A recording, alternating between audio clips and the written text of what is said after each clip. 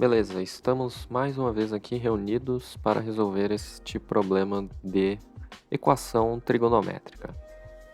É um problema que parece ser difícil, mas ele tem uma saída muito elegante. Então, vamos lá. Primeira coisa, vamos reescrever a nossa equação base, né? E ali, aquele 1, né, ele está bem sugestivo. Ainda mais porque tem uma função trigonométrica e quando tem um número 1, você já suspeita da relação fundamental da trigonometria, né? Que é basicamente o teorema de Pitágoras, aplicado ao círculo trigonométrico lá de raio unitário, né? Então, esse número 1, você sabe que para qualquer ângulo dos reais, você tem essa equação válida em azul. E eu vou substituir essa informação lá em cima, de modo que a gente vai ficar com essa outra equação.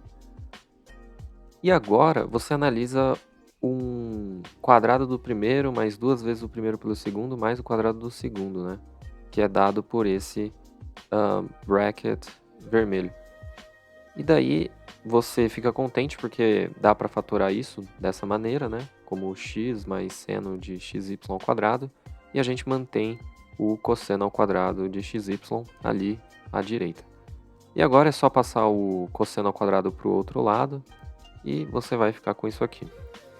Agora, você pode ser um pouco precipitado e ingênuo e achar o seguinte, bom, não tem solução, né? Porque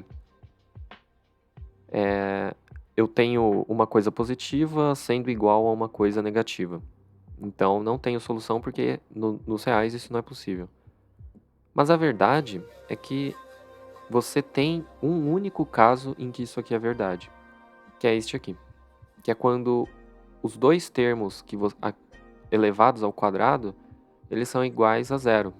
Então, o termo que acompanha o sinal negativo, acompanhado do sinal negativo, se ele for zero e o termo positivo ali do lado esquerdo também for zero, você vai ter uma sentença verdadeira, né? Porque você vai estar dizendo que zero ao quadrado é igual a menos zero ao quadrado, e isso é verdade. Bom, agora que a gente já destrinchou esse caso específico, né? Agora dá para trabalhar em função daquelas duas igualdades ali. Se o cosseno de xy for zero, então a gente tem que o seno de xy pode ser mais ou menos 1, né?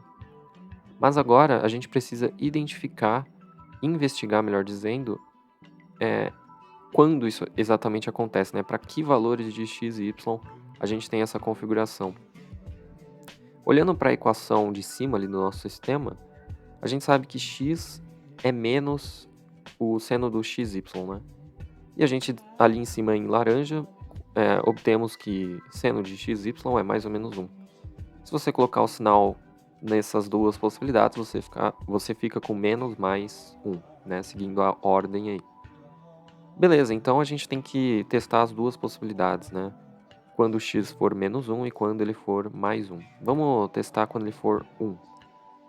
Você vai ver ali facilmente que se ele for 1, o y necessariamente precisa ser aí uma possível maneira de você representar os senos os ângulos de 3π sobre 2 rádio.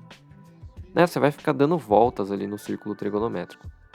E você tem que analisar o seguinte, né? Bom, se eu jogar o 1 ali na equação de cima do nosso sistema, eu vou ficar com seno de y igual a menos 1, né?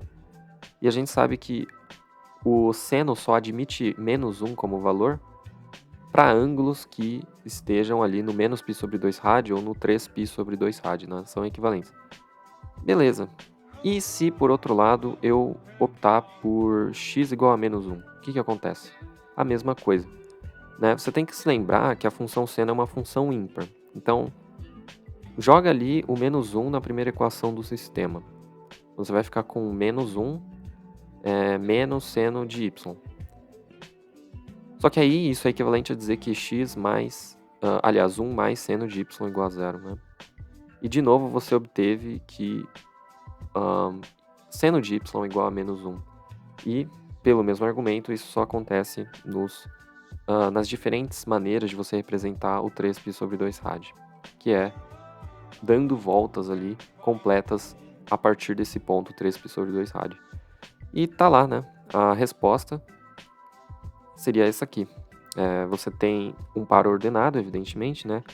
x, y, e independentemente se você escolher mais um ou menos um para o x, o y ele já está definido como um múltiplo, digamos assim, né, do 3π sobre 2 rádio. E aí, para sua resposta ficar bem completinha, você pode até dizer que o k é um inteiro, né? Não importa se você der uma volta no sentido horário ou anti-horário, enfim, você vai sempre chegar no mesmo ponto ali, dando voltas no círculo trigonométrico. Se, por outro lado, o intervalo, o domínio ou o universo de x e y estivesse mais bem definido, quer dizer, ele não estivesse irrestrito para os reais, aí você teria que modelar aí e encontrar diferentes valores de k que satisfizessem, né, esse intervalo mais específico. Mas a princípio, quando o intervalo é mais aberto assim, que é o conjunto dos reais, você pode deixar dessa maneira que fica bem interessante. Afinal de contas, você está abordando todas as possibilidades, né, e não casos ali particulares. É isso, esse foi o vídeo e eu vejo vocês no próximo problema.